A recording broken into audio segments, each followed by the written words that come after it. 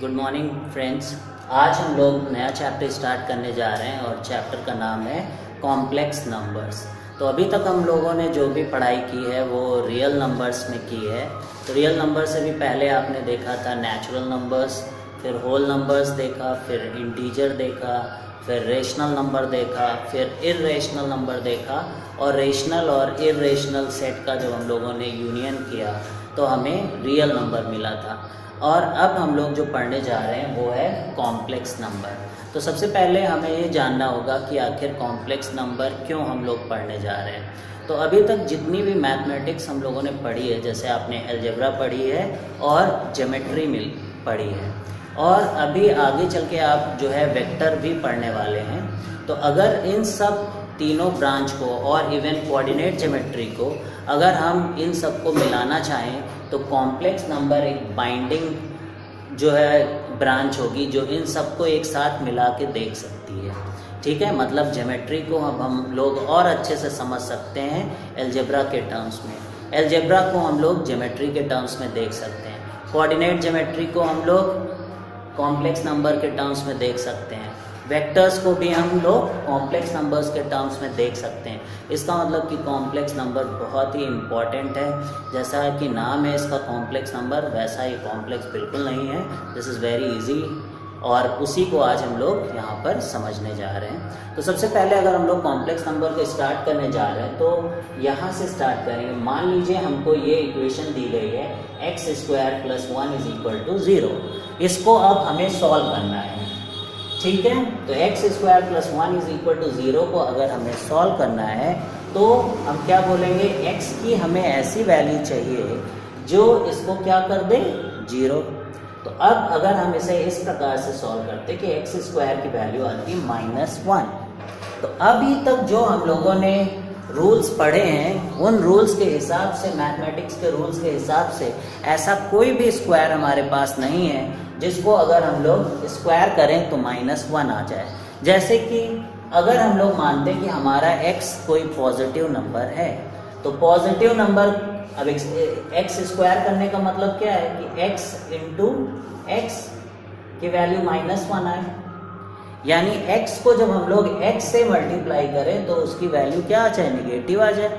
अब कोई भी ऐसा पॉजिटिव नंबर है क्या आपके पास जिसको आप उसी से मल्टीप्लाई करें तो वो -1 आ जाए। जैसे कि आप एग्जाम्पल ले लीजिए, आपने 3 लिया और आपने 3 से ही 3 को मल्टीप्लाई किया तो क्या आप एक्सपेक्ट कर सकते कि माइनस आएगा, यानी कि x > 0 पे ऐसा तो कोई नंबर नहीं है जिसको मल्टीप्लाई करने से हमको -1 मिल जाए। फिर हम लोगों ने सोचा चलिए रियल नंबर लाइन में एक नंबर निगेटिव भी नंबर होते हैं, तो लेट्स टेक निगेटिव नंबर। तो हमने अब x निगेटिव नंबर लिए। अब आप दो निगेटिव नंबर्स को मल्टीप्लाई करिए तो आपने बचपन से पढ़ रखा है कि माइनस माइनस क्या होता है, प्लस। जैसे कि अगर हम -2 को -2 से मल्टीप्लाई करें तो +4 आना चाहिए, फिर माइनस नहीं आ सकता। इसका मतलब कि ऐसा भी कोई नंबर नहीं है हमारे पास कि निगेटिव हो और उसको हम उसी से मल्टीप्लाई करें तो निगेटिव आ जाए। इसी तरीके से आपने प्लस के बारे में देखा था। अब तो एक ही नंबर बचता है पूरी नंबर लाइन में जो ना तो पॉजिटिव है ना तो निगेटिव। कौन सा है वो नंबर, 0। अब आप 0 को 0 से अगर मल्टीप्लाई करेंगे तो वो भी -1 नहीं दे सकता। तो इसका मतलब कि जितनी पढ़ाई अभी तक हम लोगों ने रियल नंबर्स की है उसमें इसका सल्यूशन तो नहीं मिलने वाला।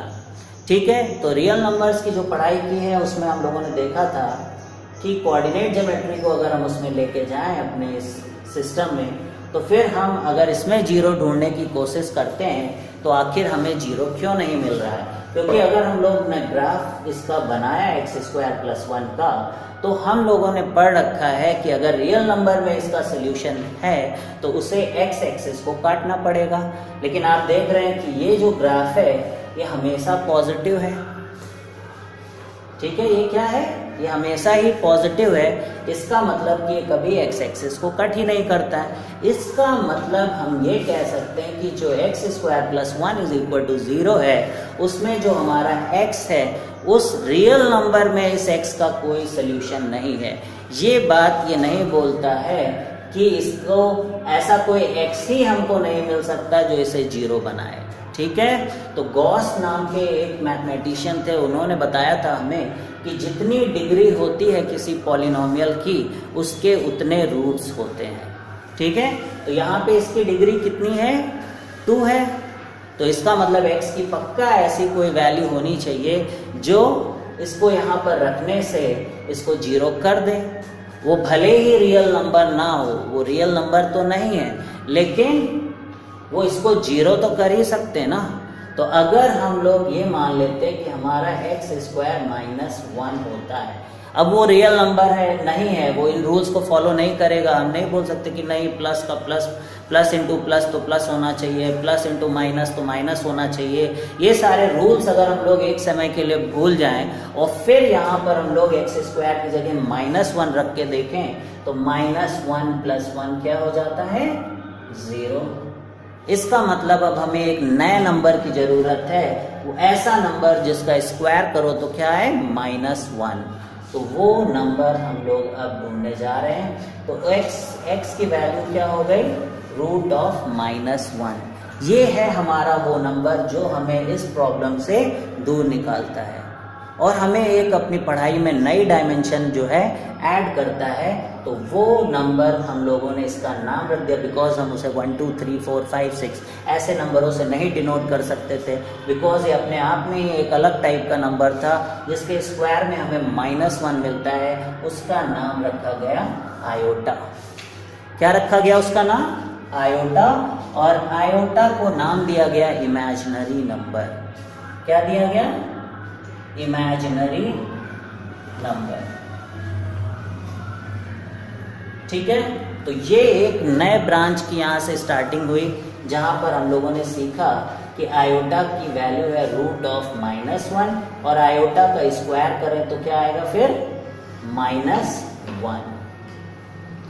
अब हम लोगों को सीखना है आखिर इसका सिग्निफिकेंस क्या है, आखिर क्यों पढ़ रहे हैं हम लोग इसको और क्या ज़रूरत है इसकी। तो अभी हम एक यहाँ पे बहुत ही इम्पोर्टेंट फैक्ट देखेंगे कि आई हमारे लिए क्या कर सकता है।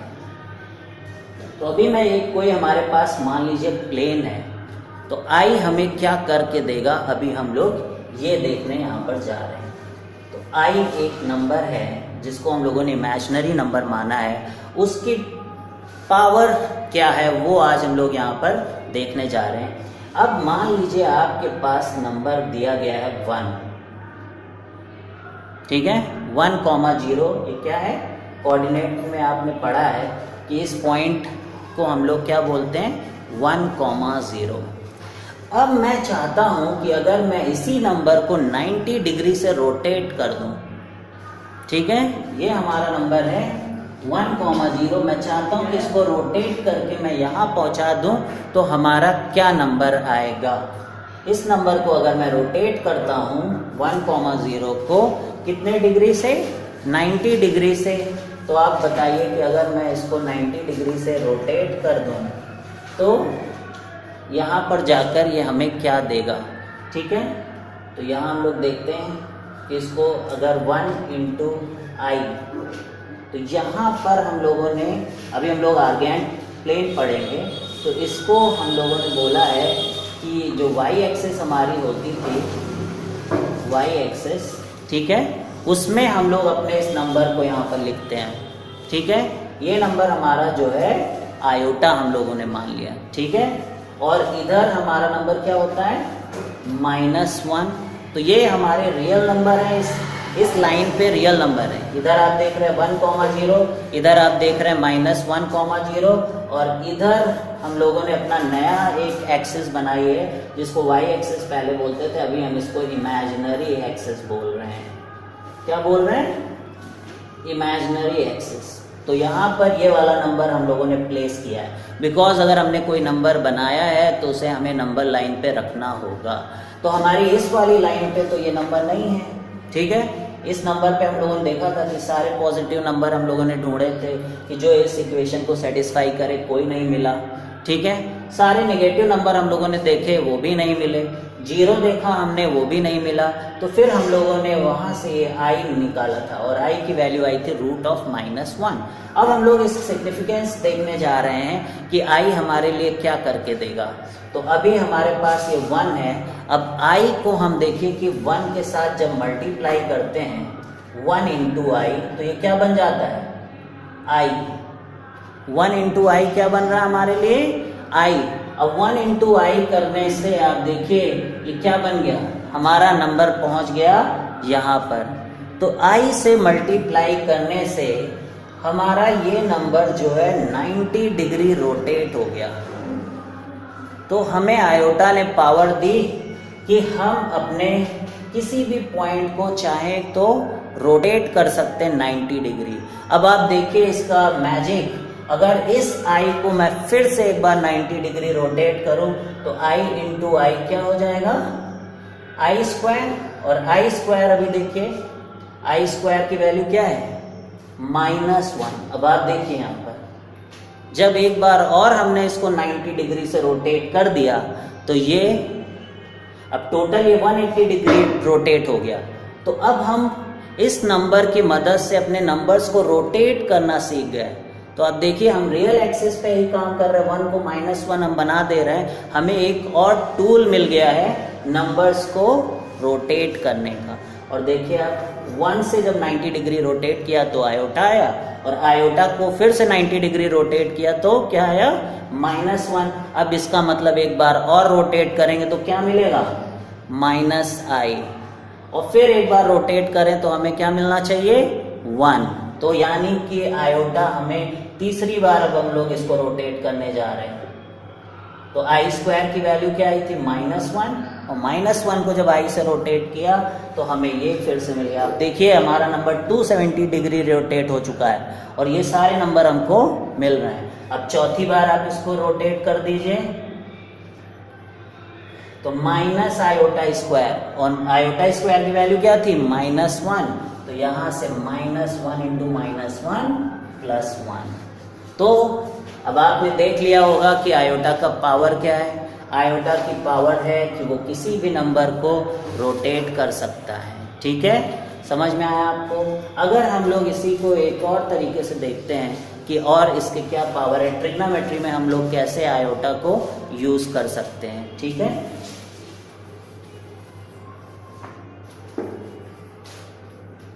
तो मान लीजिए हम लोगों का एक थीटा है, यहाँ पर एंगल A है। ठीक है, ये क्या है हमारा एंगल A। तो इसके पॉइंट्स क्या हो जाएंगे, अगर ये यूनिट सर्कल है तो this will be cos A और ये हो जाएगा sin A। ठीक है, तो ये क्या है हमारा cos A sin A।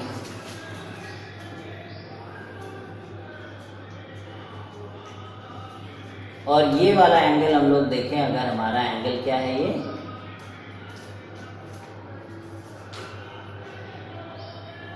ये हमारा एंगल, यहाँ पे हम लोग इसको, ये पॉइंट है हमारा cos B और sin B।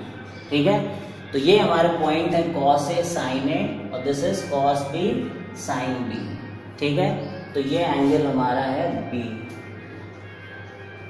ठीक है, तो अगर हम इसमें अपने नंबर्स को रोटेट कराना चाहें, ठीक है, अब इसको हम लोग इस सिस्टम में देखें, बिकॉज ये वाला हमारा क्या था, इमेजिनरी एक्सिस थी।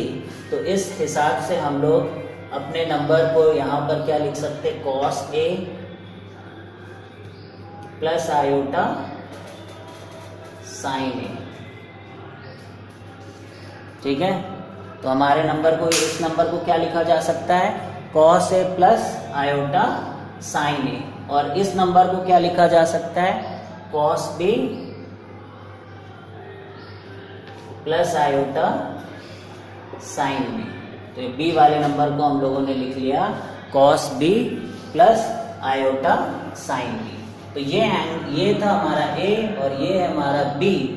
अगर हम लोग इन दोनों को मल्टीप्लाई कर देते हैं, मतलब इस नंबर से अगर हम इस नंबर को मल्टीप्लाई कर देते हैं तो ये कितने एंगल से हमारा ए जो है रोटेट हो जाएगा, बी से। अभी आयोटा हम लोगों ने जब लिया था तो हम लोग बोल रहे थे कि 90 डिग्री आयोटा करता है, ठीक है। अभी हम लोगों ने एक नए टाइप का नंबर बनाया है, ठीक है।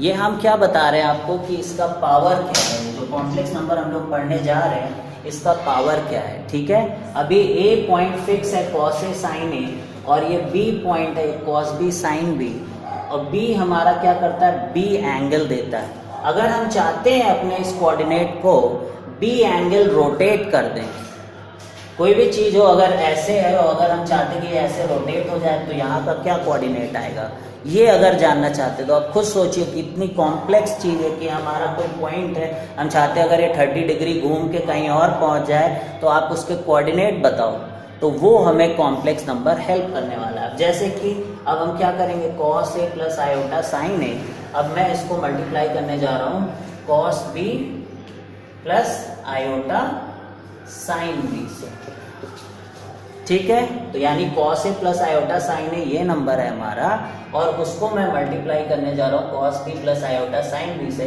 इसका मतलब है कि मैं उसे बी एंगल रोटेट करना चाहता हूँ। अब आप दोनों को मल्टीप्लाई करिए तो cos A into cos B आएगा, cos A into cos B plus iota cos A into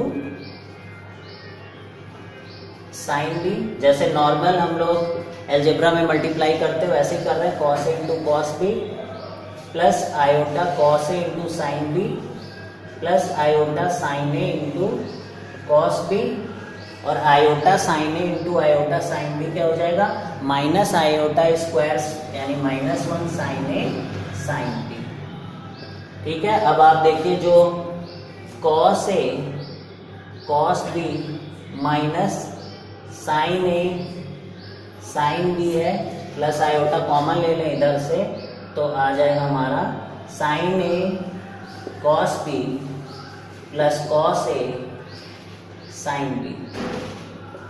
तो ये क्या फॉर्मूला है, cos A cos B minus sine A sine B, this is cos of A plus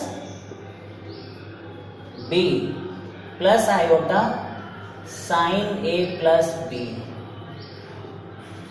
ठीक है। तो इसका क्या मतलब हुआ कि जो पॉइंट हमारा कॉस ए था उसको अगर मैंने बी से रोटेट कर दिया तो जो ए प्लस बी एंगल पे हमारा कोऑर्डिनेट आएगा उसका एक्स एक्सिस वाला कोऑर्डिनेट तो कॉस ए प्लस बी आएगा, और जो हमारे इमेजिनरी वाली एक्सिस है जो कि इमेजिनरी है केवल, लेकिन वो हेल्प करती है हमें रियल नंबर्स को ही रोटेट करने में, उसका coordinate sign A plus B आएगा। तो आपने ट्रिग्नोमेट्री में ऑलरेडी देख रखा है कि कॉस ए प्लस बी होता है cos A cos B minus sine A sine B, और ये होता है sign A plus B sign A cos B plus cos A sine B.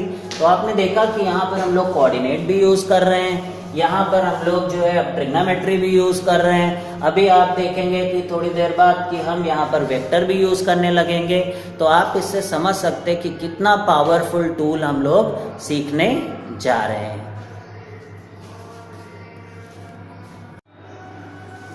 अब हम लोगों का टारगेट है ये क्वेश्चन सॉल्व करना, आई की पावर -53 प्लस आई की पावर n प्लस आई की पावर n प्लस 1 प्लस आई की पावर n प्लस 2 आई की पावर n प्लस 3 प्लस 4 की पावर 1/2 इंटू आई। तो उसके पहले हम लोग आई की पावर्स के बारे में थोड़ा सा पढ़ लेते हैं इसको सॉल्व करने से पहले। जैसे कि अभी हमने बताया था आपको कि आई की वैल्यू होती है √(-1), आई स्क्वायर क्या होता है -1, आई क्यूब क्या होता है, अब इसी में से और एक बार हम लोग आई को मल्टीप्लाई कर देंगे, और आई की पावर 4 क्या होता है 1, ठीक है। तो इसको हम लोग ऐसे कभी नहीं लिखते, इसको आई ही लिखते हैं हम लोग, तो इसको आई इज इक्वल टू आई, ठीक है।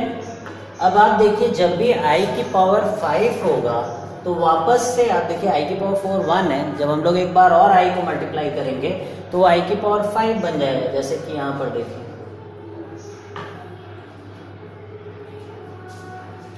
तो यहाँ से हम लोग क्या देख सकते हैं कि आई की पावर 5 जो है वो आई ही है, तो यानी आई की जो वैल्यू है वही आई की पावर 5 की वैल्यू है। तो यानी हर बार जब हम लोग 4 इसमें ऐड करेंगे, जैसे कि आई की पावर 9 या आई की पावर 13, तो सारे किसके बराबर होंगे, आई के। अब जैसे आई स्क्वायर -1 है, इसमें अगर हम लोग आई की पावर 4 ऐड कर दें यानी मल्टीप्लाई कर दें तो क्या होगा, वो 1 ही होता, तो -1 इंटू 1 क्या होगा, -1 ही रहेगा, यानी कि ये किसके बराबर होगा, आई की पावर 6, आई की पावर 10, आई की पावर 14। ठीक है, तो इसी तरीके से आप समझ सकते हैं कि सब जगह आई की पावर 7, आई की पावर 11, आई की पावर 15, ये सब माइनस आई देंगे हमें। आई की पावर 4 यानी आई की पावर 8, आई की पावर 12, आई की पावर 16, ये सब हमें 1 देंगे। ठीक है, यहाँ से हम लोग क्या समझ सकते हैं कि अगर हमारा n कोई नेचुरल नंबर है तो i की पावर जो 4n+1 है, यानी ये सारे किसको रिप्रेजेंट कर रहे हैं, i की पावर 4n+1, ये किसको रिप्रेजेंट कर रहे हैं, i की पावर 4n+2, और ये रिप्रेजेंट कर रहे हैं i की पावर 4n+3, और ये रिप्रेजेंट कर रहे हैं i की पावर 4n। ठीक है, यानी इसका रिमाइंडर क्या है, 0 है। यानी जब आप किसी नंबर को 4 से डिवाइड करें और रिमाइंडर कितना है 1, तब तो हम उसे आयोटा लिख सकते हैं। यानी ये नंबर आया अगर हमारा, तो इसको हम लोग अगर 4 से डिवाइड कर रहे हैं तो 2 आ रहा है, तो उसको -1 लिखा जा सकता है। यानी कि 3 आया तो माइनस आयोटा। तो इस तरीके से अब जैसे कि हमें मान लीजिए दिया गया हो i की पावर 39 और इसकी वैल्यू हमें निकालनी, तो सबसे पहले हम इसे क्या करेंगे, 4 से डिवाइड करेंगे। तो 4 से डिवाइड किया तो कितना आया ये, अब देखिए आप 4 से डिवाइड किया तो 4 9 36 और रिमाइंडर कितना आया 3, यानी कि इसको इस तरीके से लिख सकते थे हम लोग 36 + 3। तो यानी इसको कैसे लिख सकते हैं, i की पावर 36 इंटू i³। तो i की पावर 36 यानी i की पावर 4 9 इंटू i³, और i की पावर 4 कितना होता है 1, यानी 1 की पावर 9 1, और i³ कितना देखिए -i, तो यानी किसके बराबर होगा ये, -i के। ठीक है, तो इस तरीके से कोई भी नंबर अगर हमें दिया हो तो हमें बस ये देखना है कि रिमाइंडर कितना आ रहा है। अगर मान लीजिए क्वेश्चन है i की पावर 261, तो यहाँ पे आप इतना नंबर डिवाइड करिए आखिरी के लास्ट 2 डिजिट्स, और इसको 4 से डिवाइड करेंगे तो आप देखेंगे कि रिमाइंडर 1 आ रहा है, 1 रिमाइंडर आ रहा है तो आयोटा हो जाएगा। तो कोई भी कितना भी बड़ा नंबर क्यों ना हो, अगर हम उसे 4 से डिवाइड करेंगे तो या तो रिमाइंडर 1 आएगा, या तो 2, या तो 3, या तो फिर 0, तो कुछ भी हो ये 4 ही वैल्यूज लेने वाले हैं। ठीक, अब यहाँ पर एक बहुत ही इम्पोर्टेंट जो आप देख सकते हैं कि हम लोग इम्पोर्टेंट प्रॉपर्टी यहाँ पे देख सकते हैं कि अगर हम इन चारों को ऐड कर दें, ठीक है, इन 4 को मैं ऐड करूँ अगर, तो i -i से कट जाएगा और जो +1 है वो -1 से कट जाएगा। इनको चारों को ऐड करेंगे तो क्या आएगा 0। तो इसका मतलब क्या है कि अगर कहीं पे i + i² + i³ + i की पावर 4 दिया है एक साथ प्लस करके, तो उसकी वैल्यू 0 होने वाली है। या फिर i की पावर n + i की पावर n+1 + i की पावर n+2 या i की पावर n+3, यानी 4 अगर कंसेक्यूटिव नेचुरल नंबर्स की पावर हमको अगर दी गई है तो उनको सम करके हम लोग 0 लिख सकते हैं। तो अब इसी प्रॉपर्टी का यूज करके हम यहाँ पर ये क्वेश्चन करने जा रहे हैं। ठीक है, I think you must have got कि इन चारों को अगर हम ऐड कर रहे हैं तो हमें 0 मिल रहा है। तो ये सेम प्रॉपर्टी यूज करके हम इस क्वेश्चन को यहाँ पर करेंगे। यहाँ भी आप देखिए कि 4 हैं, i की पावर n, i की पावर n+1, i की पावर n+2 और i की पावर n+3। बिकॉज जब n है तो मान लिया हम लोगों ने इसकी जो है रिमाइंडर 0 हो गया। ठीक है, तो i की पावर 4 की तरह इसको लिख सकते हैं। इसको हमने मान लिया कि इसका 1 रिमाइंडर आया तो i लिख सकते हैं इसे क्या लिख सकते हैं i², और इसे क्या लिख सकते हैं i³। i की पावर 4 क्या होता है 1, इसको क्या लिख सकते हैं 1, इसको -i और इसको -1 और इसको i। इन 4 को ऐड करिए आप तो क्या आ रहा है 0। तो इसका मतलब ये 4 कंसेक्यूटिव नेचुरल नंबर्स यहाँ पर लिखे हुए हैं 1 2 3 4, ये चारों की वैल्यू क्या हो जाएगी 0। तो हम यहाँ से क्या बोल सकते हैं कि i की पावर -53 + ये 0 हो गया, ये पूरा ये चारों मिलके क्या हो जाएंगे 0, तो 4 की पावर 1/2 इंटू आयोटा। ठीक, तो 4 की पावर 1/2 होता है 2, तो दिस इज 2 आयोटा। अब हम लोग i की पावर -53 सॉल्व करेंगे, ये क्या होता है, तो दिस विल बी i की पावर 53। अब इसको क्या लिख सकते हैं हम लोग 52 इंटू आयोटा, क्योंकि एक रिमाइंडर आएगा, ठीक है, तो ये i लिखा जा सकता है। 1/i के लिए हम लोग क्या करेंगे, ऊपर नीचे i से मल्टीप्लाई कर देंगे, तो ये क्या आ जाएगा i/-1 that is equal to -i। ठीक है, अब ये यानी i की पावर -53 हमारा क्या आया -i, यानी 2i में i घटा दे तो हमारा आंसर क्या आ गया i। तो अभी तक हम लोगों ने जितना पढ़ा है उसमें से आपने देखा कि कैसे हम लोगों ने इस क्वेश्चन को सॉल्व किया। अब आगे हम लोग एक नेक्स्ट प्रॉब्लम देखेंगे और उसको सॉल्व करेंगे। तो अभी तक की जो हमारी नॉलेज है हम लोग उसी के हिसाब से ये प्रॉब्लम भी करने की कोशिश करते हैं। तो क्वेश्चन है so that the polynomial x की पावर 4p प्लस x की power 4q plus 1 plus x की power 4r plus 2 plus x की power 4s plus 3 is divisible by x cube plus x square plus x plus 1 where p q r s belongs to natural number. ठीक है, तो अगर हमें इससे divide करना है तो सबसे पहले आपने देखा होगा कि फैक्टर थ्योरम हम लोग यूज़ करते हैं जब हमें किसी चीज़ को डिविजिबल प्रूफ करना होता है। तो फैक्टर थ्योरम में क्या होता है कि जब हम लोग किसी से मान लीजिए बोलते हैं कि ये चीज़ x+3 से डिवाइड हो, तो हम क्या दिखाते हैं उस फंक्शन को कि f(-3) उसके लिए क्या है 0 है। तो सेम कॉन्सेप्ट को यूज़ करेंगे हम लोग यहाँ पर इसको शो करने के लिए कि ये पॉलिनोमियल इस पॉलिनोमियल से डिविजिबल है। तो सबसे पहले हम यहाँ पर ये जो हमारा क्यूबिक इक्वेशन दिया गया है x³ plus x square plus x plus 1 इसको फैक्टराइज करेंगे। ठीक है, तो x³ plus x square plus x plus 1 को फैक्टराइज करने जा रहे हैं हम लोग। तो यहाँ से क्या फैक्टर कॉमन ले सकते हैं x स्क्वायर, तो यहाँ से x स्क्वायर कॉमन लेंगे तो आएगा x प्लस 1 और यहाँ से प्लस 1 कॉमन लेंगे तो ये भी आएगा x प्लस 1। तो यहाँ से हमारे दो फैक्टर बनते हैं x स्क्वायर प्लस 1 और दूसरा है x प्लस 1। ठीक है, अब यहाँ हमें इसके वैल्यूज पता करनी, फैक्टराइज करना है। इसका मतलब कि x plus 1 is equal to 0 होता है और दूसरा होता है x square plus 1 equal to 0। तो यानी x प्लस 1 इक्वल टू 0 हम लोग बोलेंगे कि x की वैल्यू -1, यानी x प्लस 1 इसका फैक्टर है तो x इक्वल टू -1 इसका रूट है।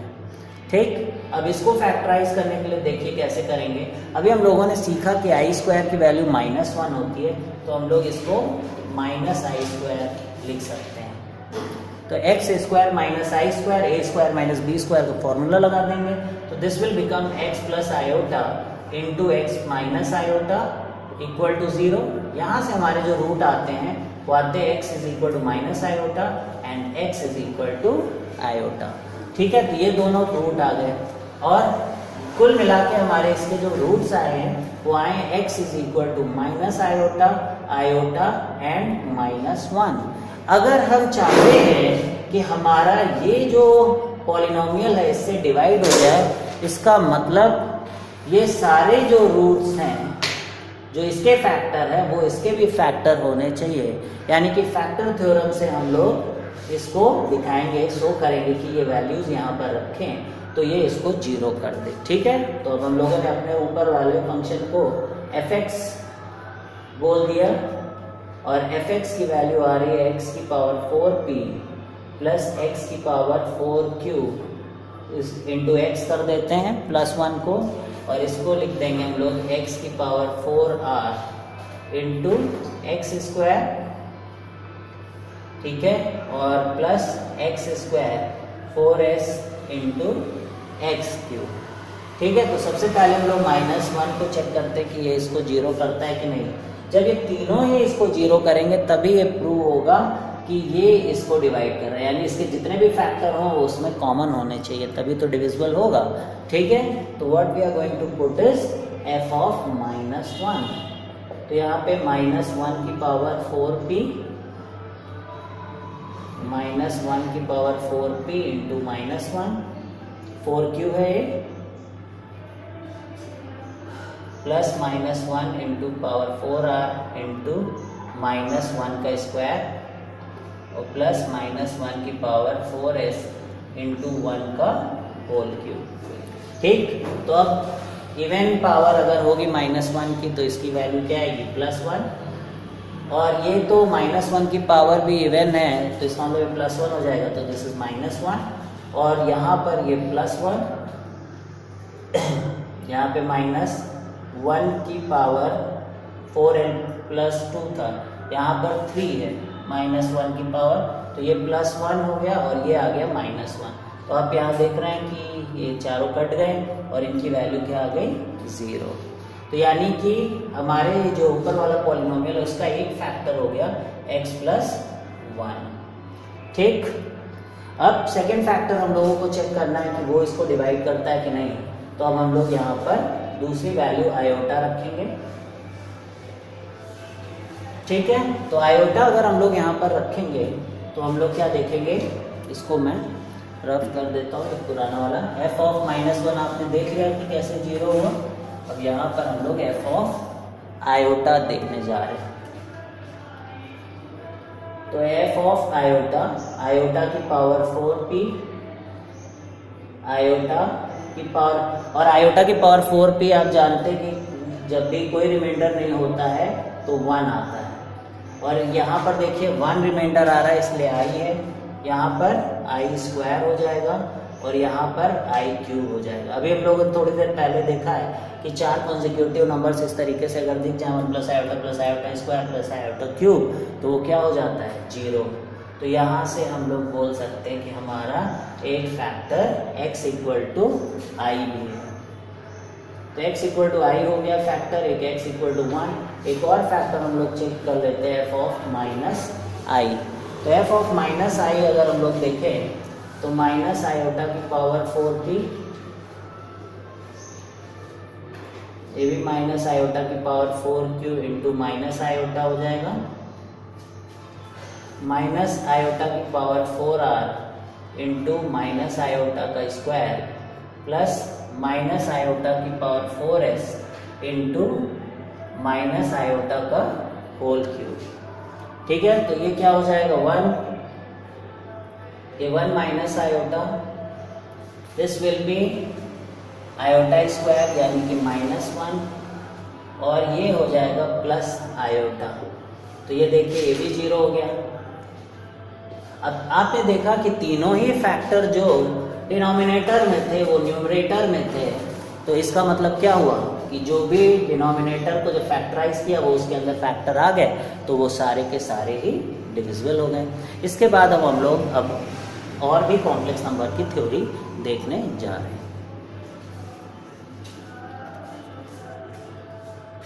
अब हम लोग देख रहे हैं कि कॉम्प्लेक्स नंबर को रिप्रेजेंट कैसे करते हैं हम लोग। तो कॉम्प्लेक्स नंबर का रिप्रेजेंटेशन z की तरह है और z को हम लोग लिखते हैं x + आयोटा y। ठीक है, तो यहाँ पर ये ध्यान रखने की चीज़ है कि जो x और y है दोनों ही रियल नंबर्स होते हैं। रियल नंबर्स आप जानते ही हैं, तो x भी रियल नंबर है और y भी रियल नंबर है। लेकिन जो x है उसको क्या बोलते हैं हम लोग, रियल पार्ट ऑफ z, और जो y है हमारा उसको बोलते हैं इमेजिनरी पार्ट ऑफ z। अगर आप इसमें से देखें इस z में x की वैल्यू 0 हो जाए तो y केवल आयोटा टाइम्स y बचेगा, यानी केवल इमेजिनरी पार्ट बचेगा, तब हम अपने z को प्योरली इमेजिनरी नंबर बोलते हैं। यानी कि जैसे कि 2 आयोटा, 3 आयोटा, इस टाइप के जो नंबर हैं हमारे 4 आयोटा, ठीक है, ये सारे प्योरली इमेजिनरी नंबर हैं।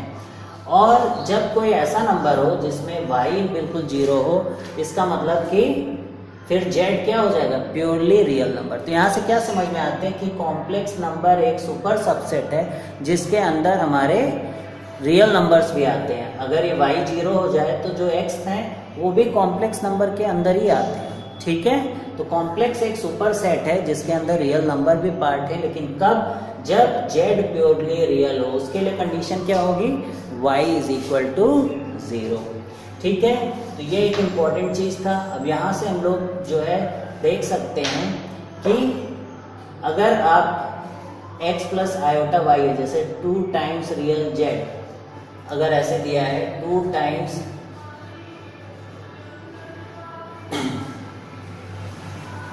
तो इसका क्या मतलब है? इसका मतलब बस यही है कि x की वैल्यू क्या है? 0। Real part of z is equal to 0, तो इसका मतलब कि हम लोग लिख सकते हैं x इक्वल टू 0। कुछ भी इस तरीके से अगर लिखा रहेगा तो इमेजिनरी पार्ट ऑफ z, तो ये आपको सोचना है कि y के बारे में बात हो रही है, ठीक है। Imaginary part of certain z दिया गया, यानी जो आयोटा के साथ नंबर लिखा गया है उसके बारे में बात हो रही है। अब हम लोग कॉम्प्लेक्स नंबर में अलजेब्रिक ऑपरेशंस भी होते हैं, तो दो कॉम्प्लेक्स नंबर को हम लोग इक्वल भी कर सकते हैं। तो कब दो कॉम्प्लेक्स नंबर इक्वल होते हैं?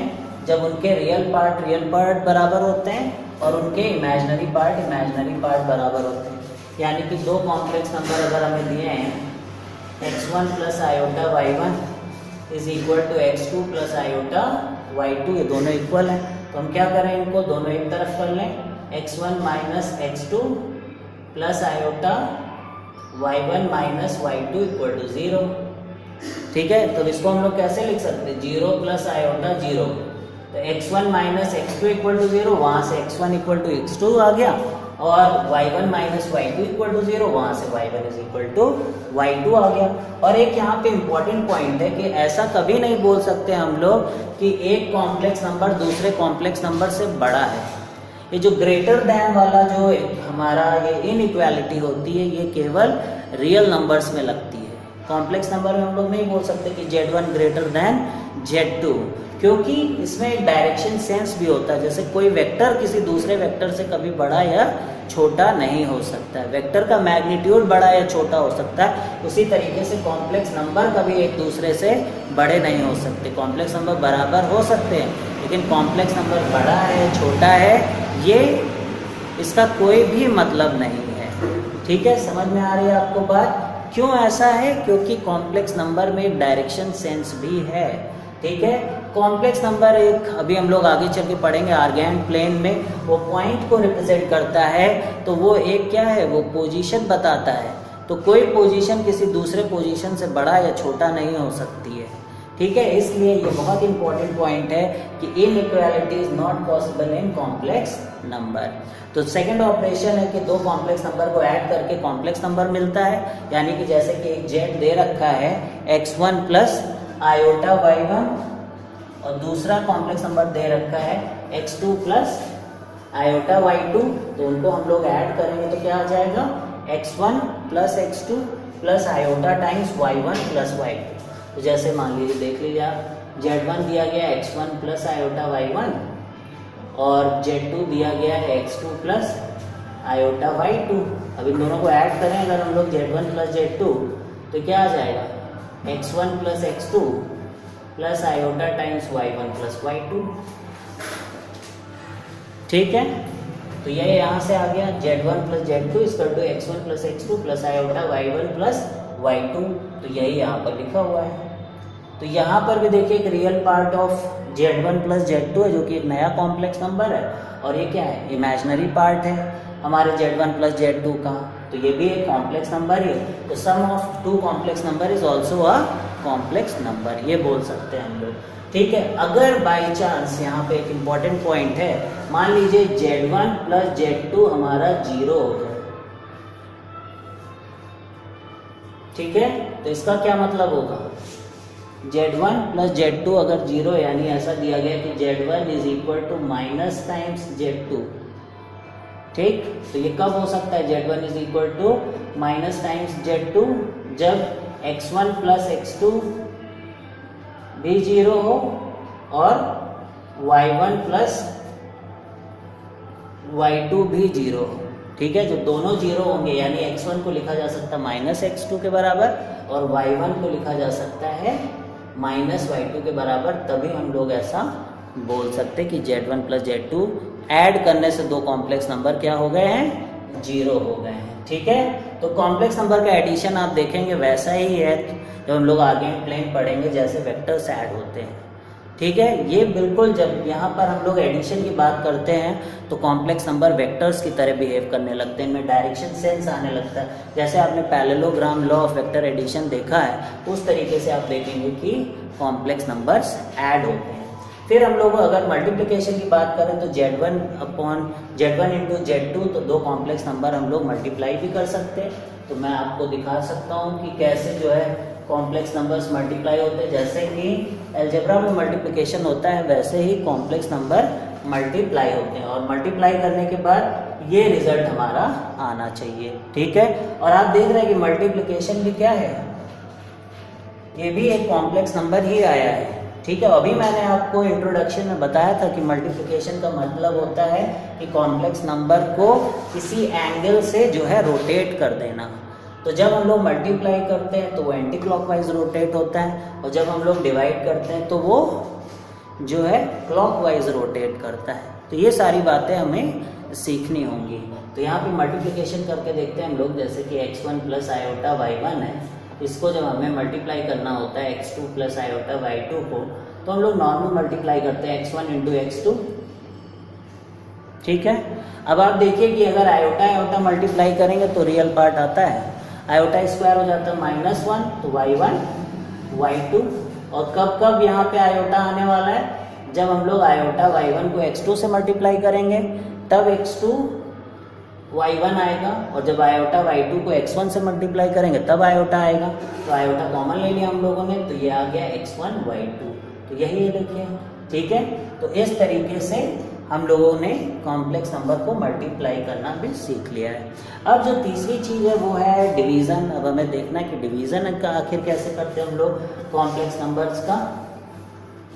तो डिवीज़न करने के लिए जैसे कि आपने देखा है कि वेक्टर्स में डिवाइड नहीं किया जा सकता है, ठीक है, लेकिन कॉम्प्लेक्स नंबर जो है वेक्टर की बहुत सारी प्रॉपर्टीज़ को अपने अंदर लेकर रखे हुए हैं, और इसमें सबसे इम्पॉर्टेंट है कि इसमें डिवाइड भी कर सकते हैं हम लोग। तो देखिए कैसे डिवाइड करेंगे हम लोग। तो यहाँ पर हमें दिया गया x1 plus iota y1 upon x2 plus iota y2। अब कोई भी कॉम्प्लेक्स नंबर अगर मान लीजिए डिवाइड करने से कॉम्प्लेक्स नंबर हमको मिलने वाला है, इसका मतलब कि नीचे का आयोटा गायब हो जाना चाहिए।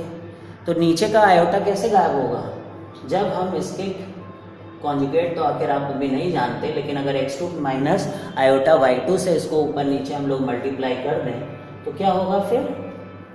अब आप देखिए कि नीचे क्या बन जाएगा, x2 का स्क्वायर और minus iota square into y2 का स्क्वायर, लेकिन माइनस आयोटा स्क्वायर कितना होता है -1। तो यहाँ से नीचे आ जाएगा x2 square plus y2 square, जो कि एक रियल नंबर है, और ऊपर तो एक मल्टीप्लिकेशन ही आ गया